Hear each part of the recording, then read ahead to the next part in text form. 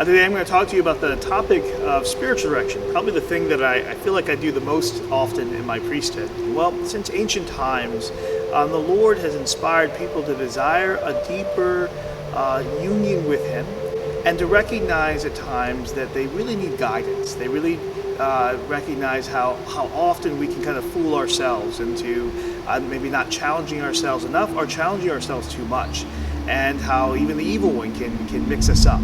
And so to have one who can help us to really better hear the voice of the Lord and discern His voice from the voice of the tempter, from our own interior voice that it may be mixed up in various ways.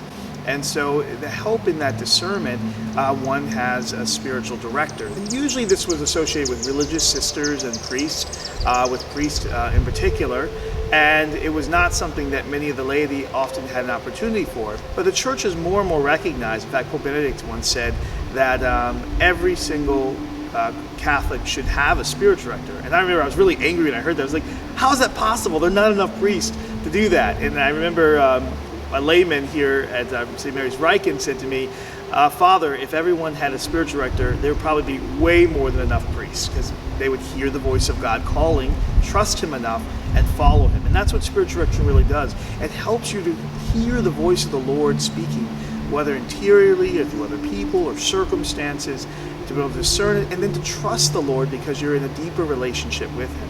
The other thing, though, is that I discovered that it's not just priests who are called to be spiritual directors. They're religious women and men, as well as lay people who are called, other lay people who are called to be spiritual directors and who get that training, of which there are a number of training centers today to do that.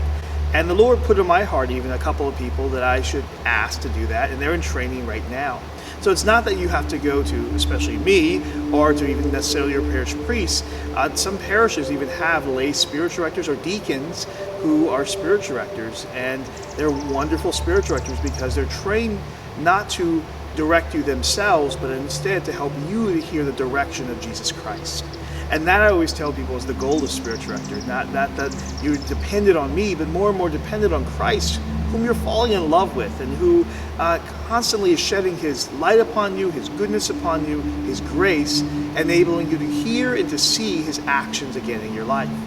And so having a spiritual director can be a great benefit. It has been in my own life. Even the Pope has a spiritual director, a priest, a regular priest, though I'm sure very holy, who guides him and helps him to discern the will of God in his life.